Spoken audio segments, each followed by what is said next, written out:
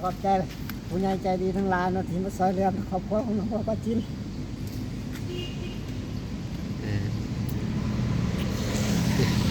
น้ำตาตื่นเนาะพอน้องวาจีนนี่เนาะให้ขอบคุณจำได้แหละให้ทุกเชื่อโลดโอ้เป็นอะไรฟันเห็นยังบอกฟันจะบอกฟันเห็นไงอันนึงไปไหนเมื่อวานไง อันเมื่อวานนี่ผมเล้วฟันเห็นแม่เมื่อวานนี่แล้วมื้อนี้บัดเบาแอนชวนไปทำบุญให้แม่แต้วบัดนี้มันคือเข้าค่ายกันแท้สักฟันว่า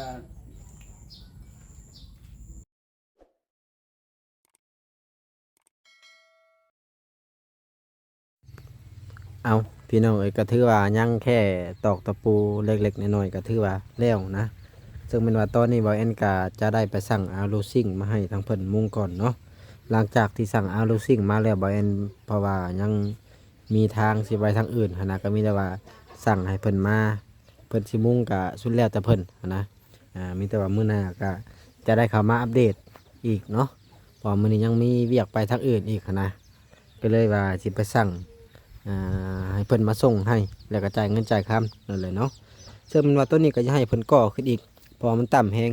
ได้ชำนีก็ถือว่าโอเคนะพอบ่ให้น้ำไหลเข้าก็ถือว่า2ห้องเนาะพี่น้องเนาะห้องน้องประจินอยู่นี่ห้องพ่ออยู่หั่นก็สุดแล้วแต่นะพี่น้องเอ้ยเพราะว่าทั้งน้องเพิ่นก็ถือว่าใหญ่เป็นสาวขึ้นทุกมืออะไรเนาะเอาถือว่าดีใจนำทั้งน้องเพิ่นหลายๆเนาะหลังจากที่แล้วก็น่าจะได้มั่งออกแล้วกระท่อมเพิ่นนี่เนาะพี่น้องเดี๋ยวเข้าไปหาน้องประจีนก่อนเพราะว่ามีทางผู้รักผู้ใหญ่เพิ่นฝากมาถามน้องประจีนว่ามีบ่ผ้าปูที่นอนตัวมันนุ่มๆอะไรพี่น้องเลยกะห้าก็กินข้าวแล้วเมื่อกี้นี้กินอิ่มเรียบร้อยกินตำมะละกอพี่น้องเอ้ยนี่แหละกินกับสร้างเพิ่นตำมะละกอแล้วก็ปิ้งไก่พอดีว่าเอาเงินให้ทางน้องเพิ่นไปซื้อเขากินมาเนาะมาให้สร้างเพิ่นกินแล้วก็กินน้ำกันนี่แหละทางบ่แอนก็ได้หัวแถวนี้ก็หาบอลอยู่บนกินก็ค่อนข้างจะยากซึ่งว่ากินตำมะฮุ่งเลยก็รู้สึกรสเครื่องรสทองนี่กระเพาะขึ้นรสได้ก็พอดีว่าทางผู้รักผู้ใหญ่เพิ่นให้ถามเบิ่งว่าน้องประจีนทำมีบ่ผ้าปูที่นอนนะแบบนุ่มๆฮะเด้เอาไว้ในใช้สบนไว้ถ้วยมาบ่วงแต่ละมือเอาไปล้างเลยอิ่มแล้วบ่อิ่มแล้วปิ้งไก่บสุกหอยว่ามันมุดมีหลายเขาเปียกเลยเนาะเอาเดี๋ยวให้เอฟซีเบิ่งก่อนปลาจีนอยู่ในนั่นแหละพอดีว่าแม่เพิ่นอยากเห็นนะอยากเพิ่นอยากเบิ่งเอาไปนั่งลงพอดูนี่แหละพี่น้องเอ๋ยของฝากอันดาวตัวพระอาจารย์ชื่อให้บ่เพิ่นเอามาฝากนั่นเนาะและผมพากันมีจักพื้นอันนี้ผมนะฮะพื้นละพื้นจะใช้ดอกไฟยามใต้กลางคืนนะบ่มีอ้าวบ่ได้ใต้ในใต้แต่อยู่นอกเอาแหละอยู่มันมืดก็ถ้ามาอยู่มันมืดขี้เข็มไม่งอดขึ้นมาได้จะเห็นบัดนี้อันนี้ตู้ขันไว้พอนอนพี่ปะจีนนอนหันบางทียายวันกับพัวอยากวานกันใช้ตู้ขันไว้ ผู้ว่าบ่ได้ลักมาจกมือใส่บ่อทางนั้นนะเรียนว่ากลางคืนมันปกแปกเด้สมมุติว่ายามแม่บ่อยู่ได้ซะบ่ได้ย่านบ่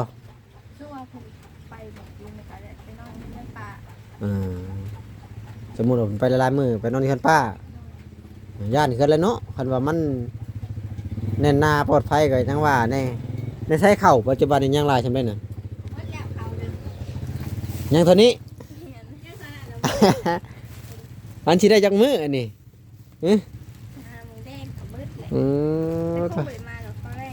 ยังเรือเท่านี้โอ้ยบอกแอนผัดกินข้าวเพิ่นช่ำเมื่อกี้นี่ยังเรือบ่ฮอดถ้วย ยังเหลือข้าวบ่ฮอดถ้วยนี่เด้บ่อนไว้อยู่ไว้ของอยู่ของกินบ่ตัวนี้น้ำกว่านี้เนาะนี่ซำนี้แต่ว่าเพิ่นก็ไว้เป็นระเบียบเรียบร้อยได้พี่น้องเอ้ย ลื่นพวกกวางของมัน ดีซะ นี่แหละเอาออกมาบัดนี้ เอาความกว้างความยาวแล้วมันคักๆแล้ววะ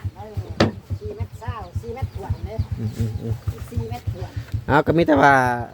หลังจากนี้ก็ทั้งง่ายก็สิไปเบิ่งสังกะสีก่อนก็ถือว่าตอนนี้ก็เข้ามาซื้ออาลูซิงให้น้องปลาจีนเน้องพี่น้อง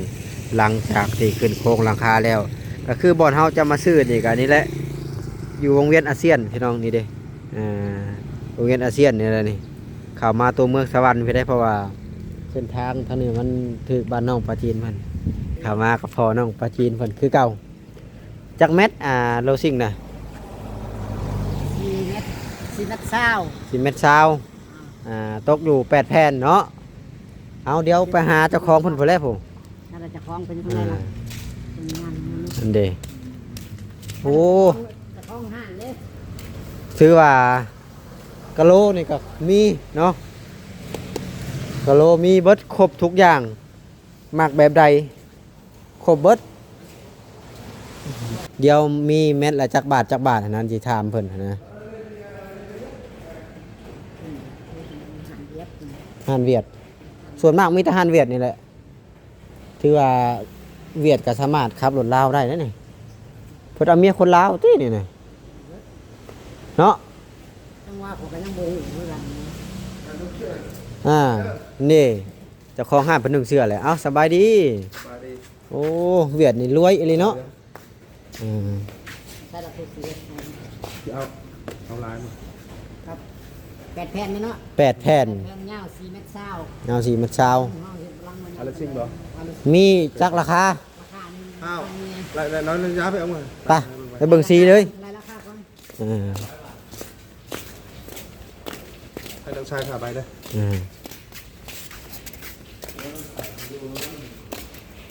พี่มาพี่เอาตัวอุปกรณ์หลายอีหลีเสื้อเล็กเพิ่น กะโลก็มีเบิดได้ มีทุกอย่างเลย นี่เด้นี่ทีแรกๆมันจะเป็นก้ออยู่แบบนี้นี่ เคยเข้ามาแล้ว นี่พอที่แรกมันจะก้อไปสิสมมุติเขาอยากเอาซีนี่ก็บอกซีนี่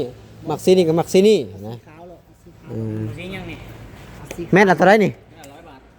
เอาซีนี่8แผ่น ตัวราคาถือกูนี่มีบ่จะทำนี่บ่ มีแต่เม็ดละร้อยนี่แหละ4 เม็ดเช้า 4 เมตรเศร้าบ่ได้ซื้อมาเลยจัง ส่งอยู่บ่ ไปส่งอยู่ที่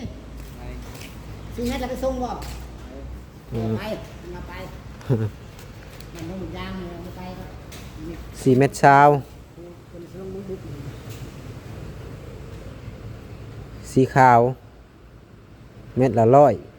จักแป้น 8รวมราคาให้เลย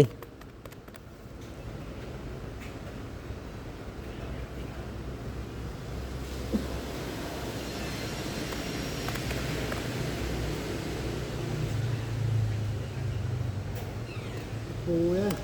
ลืมเยอะเป็นปู แม่นเพิ่นน่าสิไล่ให้อยู่ดอกธง1 2ธงก็เพิ่นน่าสิคิดไล่ให้ได้อยู่ดอก แล้วเป็นตะปูตอกใหม่เนาะ เอาเป็นตะปูตอกไม้บ่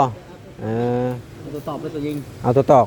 เอาแต่ตอกใหม่เอาเพราะว่ามันเป็นเครื่องใหม่เลย จะเอาแนวครอบพร้อมบ่ แล้วขอบ แนวครอบ2 ต้องอะไร ครอบข้าง ขอบขางมันเลย ครอบข้างน็อต2 ถุงบ่ 2ธงเป็นตะปู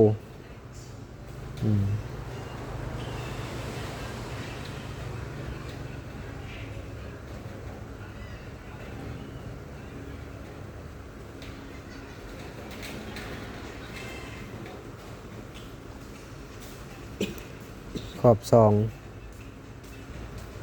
ป่านนี้ใช่เนาะ ลุ่มยาง ลงยาวเลย หมดแล้วบ่ ไล่เลยแล้วในขอบเนาะตะปูก็ไล่แล้วกระเบิดแล้วเนาะ ในพุทธศาสนาร วมราคาให้เลย กระโทน เบอร์โทรเอาเบอร์โทรเจ้ามาใส่ เอาขึ้นมาปฏิบัติแต่มีมันไม่ได้ บอกครับบ่มีเบอร์น้องปลาจีน เซลล์ไป เราเบอร์ก่อนผมไปซื้อ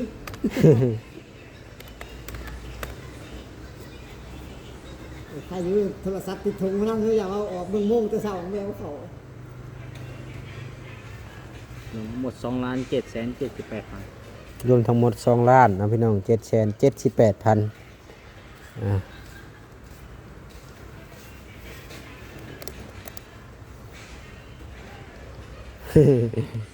มันใช่ละมันหายากแล้วมันเลื่อนไปเลยตลอดนี่มันไหลนี่ตัวไหลนี่ โทรศัพท์กับทันสมัยเนาะ มันหาเก่าเลย อืม พวกเขาก็ได้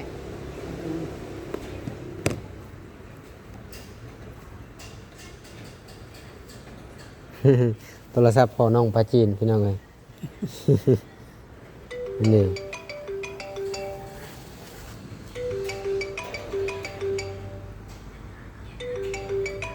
เบอร์เขาเอง อืม แล้วเดี๋ยวให้เรามันออกมาหับเอา ส่งทันบ่มื้อนี้ มีสพันอยู่ ทันเนาะอืม เดี๋ยวเราก็สีเขียนพลังให้พลังท่านเข้าไป ฮะ เฮ็ดเลยบ่มือนี่นี่ อา เฮ็ดมื้อนี้เลย ท่านมื้อนี้ส่งมื้อนี้เลยนะ ทำบ่ได้เอาขึ้นให้กันเลย เอามื้อนี้เลยก็ได้มึงกะสิเอาเมื่อบ่บินนี่ บ่เจ้าเอารถ ว่าเราก็สิแต้มพลังให้เรา มาเบิ่งเดี๋ยวจะให้เพิ่นเบิ่งก่อน ถ่ายก่อน รวมทั้งหมด2ล้าน778,000 เขาโทรหา อืมเอาเจ้าถือเอาเลย มาลงหมดยางเขาโทรหาก็ออกมารับเขาอ่ะ ทางแงกมันเด้อทางแงกมันเด้อทางแงกเข้าบ้าน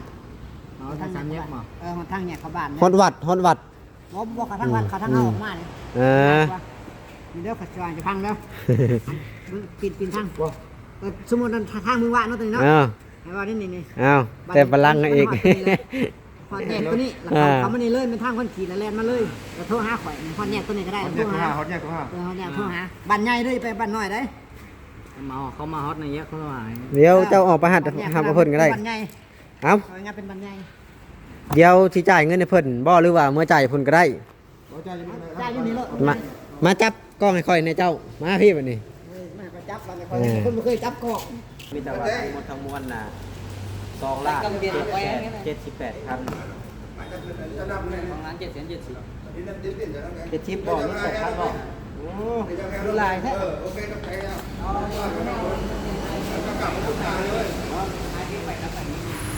เอาผู้ได้สินับนี่ผู้นี้บ่นับ คนนี้นับ เปลี่ยนคนนับเนาะ1ล้านนับบ่ก่อน นับเสียงดังในได้มันจังอันนั้นได้สังว่าอะไรสิบ่ได้ยินเด้ทางผู้ใหญ่มันสิบ่ได้ยิน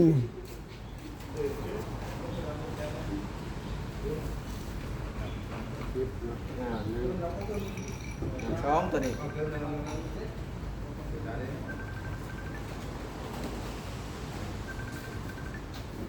รายการชื่อเด้อรายการเช็คเด้อ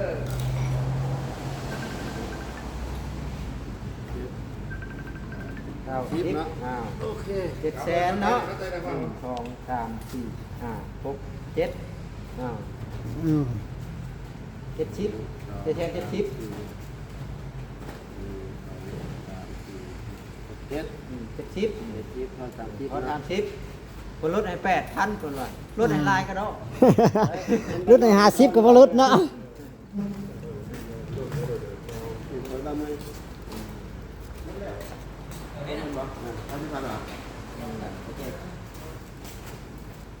าเมียคนลาวบ่นี่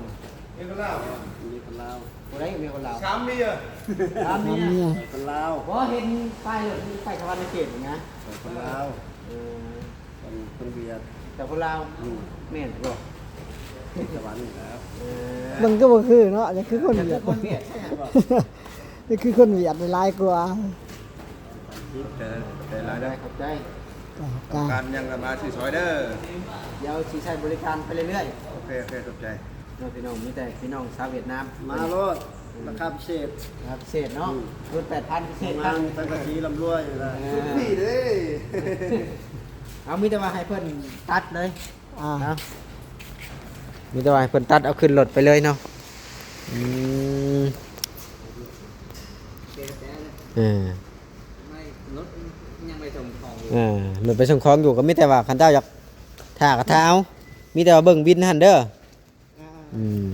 นี่แหละบินมีแต่ว่า ถ้าเราส่งได้มื้อนี้ข่อยไม่ถ่ายอยู่เฮือนเพราะว่าตอก ไป ขา ถ่าย ยอยู่เรื่อยเลย เออ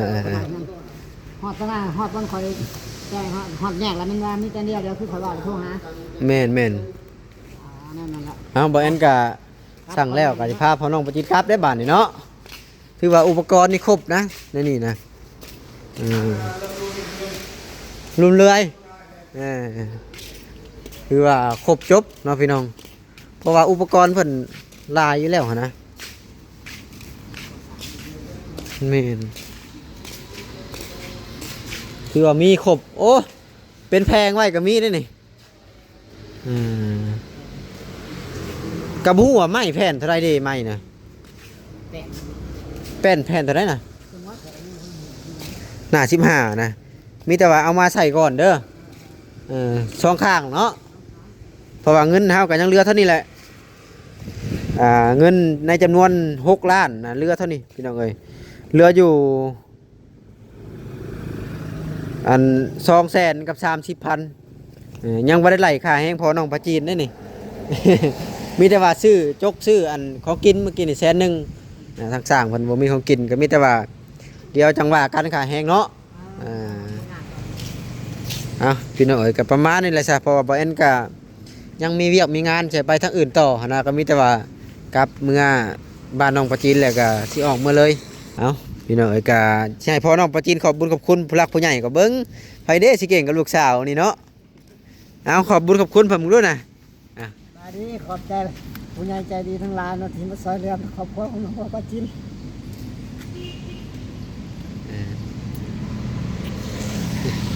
น้ำตาตื่นเนาะพ่อน้องปลาจีนนี่เนาะให้ขอบคุณจำได้แหละให้ทุกเทื่อโลดโอ้ ภูมิใจเลย ดีใจบ่ เคยคิดอยู่บ่ว่าตัวเองจะได้ชนี้ บ่ค่อยจะคิดบ่ค่อยจะได้คิดได้ ตอนได้ดินก็ดีใจแล้ววันนี้แห้งได้เฮือนแห้งดีใจอีก คนที่เขาได้ตามลังได้ก้อนเบิดนะกองเราเป็นความหวังแล้วในใจ บุญยังบ่ทันมาฮอดเด้เป็นอยู่บ่มากกันฮอด เด้อ เราแบบว่าเราเป็นคนที่แบบน้ำตาตื้นพี่น้องพอน้องกระจีนนี่เวลาที่เราเว้ายามใดแล้วเรามักให้ทุกเทื่อนะ เอาพี่น้องประมาณนี้เลยจ้ะฉันบ่าวแอนก็สิไปเวียกทั้งใหม่อีกมีแต่ว่าเมื่อบ้านน้องปลาจีนแล้วก็ให้พอน้องปลาจีนนั่นพาหับเอาเด้อเอาพี่น้องเอ้ยประมาณนี้เลยจ้ะท่านก็ขอโตวจบคลิปก่อนเด้อพี่น้องอยู่ดีมีแฮงเบิดสุขสุขคน